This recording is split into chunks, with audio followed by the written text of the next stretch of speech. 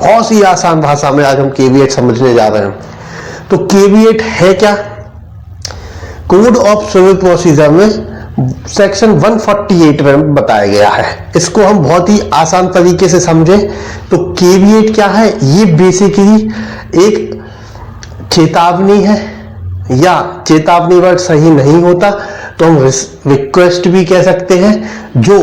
जो person caveat दायर करता है कोर्ट में, तो वो कोर्ट से एक रिक्वेस्ट कर रहा है, एक प्रकार से चेतावनी भी दे रहा है। इसका वर्ड है, इसका मीनिंग होता है वी अवेयर, राइट? अवेयर रहना है, तो वो अवेयर रहता है। इसीलिए कोर्ट को एक रिक्वेस्ट करता है एप्लीकेशन के माध्यम से कि साहब, यदि सामने वाली पार्टी कोई इंटरिम ऑर्डर के लिए एप्लीकेशन फाइल करती है तो साहब, मैं इस केस में पार्टी हूं, इंटरेस्ट मेरे हैं इस केस में। तो यदि कोई सामने वाली पार्टी इंटरिम ऑर्डर के लिए, इंटरिम ऑर्डर क्या क्या हो सकते हैं? इंजंक्शन के लिए, अटैचमेंट के लिए, और भी कई सारे इंटरिम ऑर्डर है। यदि उनको कोई लेने के लिए, क्योंकि एक अनुमान हो जाता है जब आप केस लड़ते हैं तो सामने वाले एडवोकेट को अनुमान हो जाता है दोस्तों कि सामने वाली पार्टी अब इंजंक्शन के लिए इंटरिम ऑर्डर की एप्लीकेशन लगाएगी, अब अटैचमेंट के लिए इंटरिम ऑर्डर की वो लगाएगी, एप्लीकेशन लगाएगी। तो यहां पार्टी भी अवेयर रहता है कि इन केस अगर सामने वाली पार्टी एप्लीकेशन लगाती है तो साहब, पहले मुझे बताया जाए और मुझे सुना जाए, क्योंकि मेरे इसमें इंटरेस्ट है, तो मुझे सुनाया जाए तभी आदेश को पारित किया जाए, राइट? तो ये एक प्रकार से वो जागरूक नागरिक की तरह भी अवेयर है अपनी ड्यूटीज की तरह, अपनी राइट्स हैं उसकी तरह, कि यदि कोई सामने वाला पार्टी एप्लीकेशन फाइल कर रहा है इंटरिम ऑर्डर के लिए तो हम पहले से ही केवीएट लगा देते हैं, क्योंकि जो केस लड़ते हैं वकील साहब लोग, उनको अनुमान होता है कि अब ये इंटरिम ऑर्डर के लिए एप्लीकेशन लगाएगा, ये ऑर्डर मांगेगा, वो ऑर्डर मांगेगा। तो कई बार अब आपने सुना होगा कि principle of natural justice, court तो सबको बताएगी कि भाई ये एप्लीकेशन आई है, आपको इस पे क्या कहना है, बताती है, नेचुरल जस्टिस फॉलो करती है। बट इंटरिम ऑर्डर जो 6 से लेके ऑर्डर 39 रूल 6 से लेके 10 तक दिए हैं, उसमें कुछ ऐसे ऑर्डर्स होते हैं जो कई बार कोर्ट परिस्थितियों को देखते हुए एक्स पार्टी भी पास कर देती है। तो अब यहाँ पे अगर आपने केवीएट दर्ज की होगी पहले से, तो अब यहाँ पे कोर्ट ड्यूटी बाउंड है दोस्तों। जी हाँ, ये इफेक्ट है केवीएट का।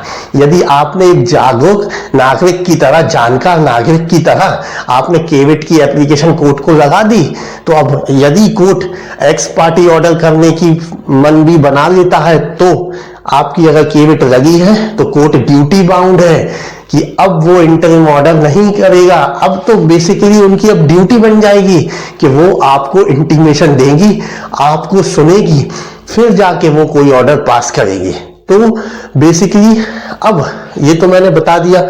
अब इसका इफेक्ट क्या है, इफेक्ट भी बता दिया। कितने समय के लिए रखती है, तो ये दोस्तों 90 दिन के लिए, मतलब जैसे सपोज आपने आज के दिन केवीएट कोर्ट में दाखिल की, क्योंकि आपको लग रहा है कि अगले महीने तक वो कोई सामने वाली जो पार्टी है कोई इंटरिम ऑर्डर मांग सकता है, तो आपने आज ही लगा दी और आप रिलैक्स हो गए कि अगर वो इंटरिम ऑर्डर मांगेगा भी तो अब यहाँ पे कोर्ट की ड्यूटी है कि वो 90 दिन तक अब चलेगी। ये 90 दिन तक अगर कोर्ट के सामने कोई भी एप्लीकेशन लगाता है अपोजिट पार्टी, तो यहाँ कोर्ट की ड्यूटी है कि कोर्ट आपको मतलब अब आपको इंटीमेट करेगा, मतलब आपको बताएगा, इंटीमेशन देगा कि ये एप्लीकेशन सामने वाली पार्टी की तरफ से आई है, आपको कुछ कहना है इस एप्लीकेशन पे।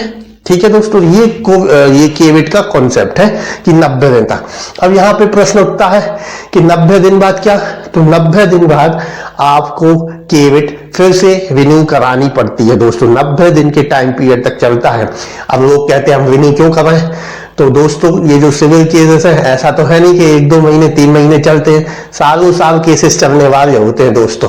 तो वकील साहब लोगों को अनुमान हो जाता है कि शायद अभी 2 महीने बाद वो फिर कोई नेक्स्ट स्टेज आएगी, तो वो फिर कोई इंटर्म रिलीफ मांग सकता है, तो लोग उसको रिन्यू करवाने की भी एप्लीकेशन डाल देते हैं। तो केवीएट कई बार लोग चलती भी रहती है। कई बार क्या होता है कि लोग, जो वकील साहब लोग हैं, जब फैसला उनके फेवर में आ जाता है, डिक्री उनके फेवर में आ जाती है, तो उसके बाद भी केविएट लगा देते हैं दोस्तों। इसलिए लगा देते हैं कि अगर उसके खिलाफ अपील होती है डिक्री अगेंस्ट, तो उनको पहले सुना जाए। बेसिकली इस केस में प्रिंसिपल ऑफ नेचुरल जस्टिस को फॉलो किया जाता है, और अपील फाइल होती है तो सामने वाली पार्टी को, जिसके फेवर में डिक्री आई है, उनको बताया जाता है कि अपील फाइल हुई है। बट फिर भी जो जागरूक एडवोकेट होते हैं वो केविएट लगा देते हैं कि इन केस यदि अपील फाइल होती है इस डिक्री के अगेंस्ट, तो हमें पहले सुना जाए, हमारे सुनने का मौका दिया जाए, राइट। ये बेसिकली एक कॉन्सेप्ट है केविएट का। अब केविएट दर्ज कौन कर सकता है, इसकी बात कर ले तो केविएट को दर्ज करेगा जो पर्सन, सबसे पहले दो पार्टीज होती है ना, एक प्लेंटिफ एक डिफेंडेंट। सपोज प्लेंटिफ को ऐसा लगता है कि डिफेंडेंट कोई इंटरम रिलीफ मांग सकता है ना, या प्लेंटिफ डिफेंडेंट को ऐसा लगता है प्लेंटिफ को इंटरम रिलीफ मांग सकता है, तो वो प्लेंटिफ भी कर सकता है या डिफेंडेंट भी कर सकता है। इनके अलावा वो पर्सन भी केविएट को क्लेम कर सकते हैं जिनके इंटरेस्ट उस केस से जुड़े हैं, राइट। तो इनको हम फॉर्मल पार्टी भी बोल सकते हैं। आपने सुना होगा एक प्रॉपर पार्टी होता है, नेसेसरी पार्टी होता है, और एक फॉर्मल पार्टी भी होता है, जिनसे हम कोई रिलीफ क्लेम नहीं कर रहे, बट उनको हम एज अ पार्टी बना दिया है। तो यदि उन फॉर्मल पार्टी की कोई इंटरेस्ट उसमें है तो वो भी केविएट क्लेम कर सकता है। बट क्या स्ट्रेंजर भी केविएट क्लेम कर सकता है? तो मैं बता दूं दोस्तों, इसमें स्ट्रेंजर कोई क्लेम नहीं कर सकता। सपोज आपके आजू बाजू वालों का जमीन विवाद है, कोई तीसरा पड़ोसी भी केविएट लगा दे कि साहब मुझे भी ये विवाद देखना है, तो ऐसा नहीं है दोस्तों। यदि उसके इंटरेस्ट उसमें है तो ही वो लगा सकता है, अदरवाइज स्ट्रेंजर इसमें एप्लीकेशन नहीं लगा सकता केविएट की। और हम देखें, जी हाँ, ड्यूटीज की बात कर रहे, प्रोविजन में जो दिया है कि जब केविएट लगाई जाती है तो जिस पर्सन के द्वारा केविएट लगाई गई है उसको हम केविएटर कहते हैं, राइट। तो जब वो केविएट की एप्लीकेशन लगाता है तो उसकी ड्यूटी बताई गई है प्रोविजन में, राइट। 148 में प्रोविजन है, उसमें ड्यूटी बताई गई है कि यदि आप केविएट फाइल कर रहे हो तो आपको अपोजिट पार्टी, जो एडवर्स पार्टी है, उसको क्या करना होगा, उसके लिए आपको ये नोटिस देना पड़ेगा कि हमने केविएट लगाई है, राइट, उसका नोटिस देना पड़ेगा। तो यहाँ पे एक ड्यूटी बता दी उस अपोजिट पार्टी की। अब उस पार्टी के पास यदि जब जो केविएट का नोटिस शामिल होगा तो उसकी भी यहाँ ड्यूटी बन गई। ड्यूटी क्या हो जाएगी कि जब भी वो एप्लीकेशन लगाएगा तो एप्लीकेशन की और उसके साथ कोई डॉक्यूमेंट लगा है तो उसकी फोटो कॉपी उसको देनी होगी केविएटर को, राइट। दो जन की दो यहाँ पे ड्यूटीज हो गई। तीसरी ड्यूटीज होती है कोर्ट की दोस्तों। अब कोर्ट की ड्यूटी होगी कि जैसे ही एप्लीकेशन फाइल होगी तो कोर्ट केविएटर को इन्फॉर्म करेगा कि जिस एप्लीकेशन की आपको शंका थी कि फाइल होगी, वो फाइल हो गई है, आइए सुनिए और बताइए क्या करना है आपको, राइट। तो ये कॉन्सेप्ट था ड्यूटीज का।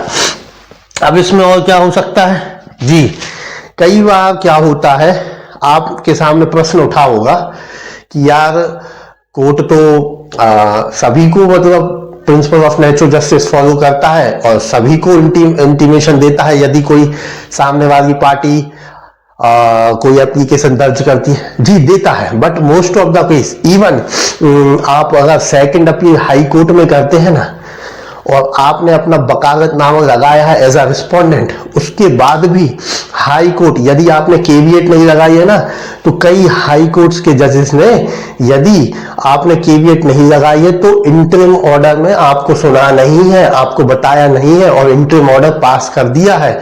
और रीजन यही दिया है कि रिस्पोंडेंट के द्वारा कोई भी भले ही आपने वकालतनामा में एज अ रिस्पोंडेंट लगाया हो, बट उसमें लिखा है कि रिस्पोंडेंट के द्वारा कोई भी केविएट दर्ज नहीं की गई है, इसलिए ये एक्स पार्टी ऑर्डर पास किया जा रहा है, जो मौके की नजाकत को देखते हुए, राइट, सर्कमस्टेंसेस को देखते हुए। इसलिए केविएट कई बार इतनी इंपॉर्टेंट हो जाती है। तो जो केविएट का मतलब ही है वी अवेयर, आप अवेयर रहो। आपको लगता है कि ऐसा कोई आदेश सामने वाला कोई रिलीफ, इंटरनल रिलीफ मांग सकता है, तो आप बस केवीएट लगाना है आपको। 90 दिन तक लगाती रहेंगे, 3 महीने चलती है केवीएट का ड्यूरेशन है। फिर उसके बाद आपको लगता है और भी ऑर्डर मांग सकता है, तो फिर आपने एक और केवीएट लगा दी, विनिंग हो गई, फिर नेक्स्ट 3 मंथ के लिए। तो यही कॉन्सेप्ट है दोस्तों, इसलिए उसको बोला गया है बी अवेयर। मैं बार बार ये शब्द यूज कर रहा हूं। आप अवेयर हैं, आप जागरूक हैं, आप जागरूक है अपने राइट को लेकर, आप जागरूक है कि कोई ऑर्डर आपके अगेंस्ट ना हो जाए। क्योंकि देखिए, ऐसा तो है नहीं कि हर चीज बिल्कुल स्मूथली चलती है, कभी अप्स एंड डाउन आते हैं कोर्ट्स में। तो उन्हीं अप्स एंड डाउन से बचने के लिए आपको अवेयर रहना पड़ता है कि कोई डाउन ना आ जाए, आप अप ही जाएं।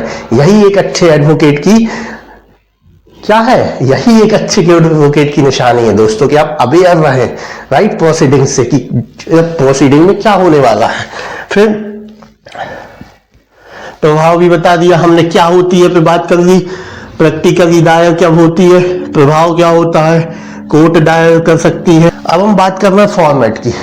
तो इसका फॉर्मेट क्या है दोस्तों, तो इसका कोई भी फॉर्मेट नहीं है, कहीं भी सीपीसी में नहीं दिया गया। बेसिकली यदि आप केवीएट डिमांड करते हो तो आपको कोर्ट को यह बताना है कि आपके इंटरेस्ट इसमें निहित है, इसलिए मुझे कोई ऑर्डर पास करने से पहले मुझे सुना जाए। ये बस कॉन्सेप्ट है केवीएट का, ये नहीं है आप कोई रिलीफ नहीं मांग रहे हो कोर्ट से, आप सिर्फ ये कह रहे हो कि यदि कोई आप ऑर्डर करने वाले हो सामने वाले की एप्लीकेशन पर, तो कृपया मुझे सुन लिया जाए। इसी को आप रिक्वेस्ट भी कह सकते हो, और इसी को जो इसमें यूज किया गया है कि एक प्रकार से आप वार्निंग भी दे रहे हो कोर्ट को, और यहां पे कोर्ट ड्यूटी बाउंड भी है आपको सुनने के लिए, राइट।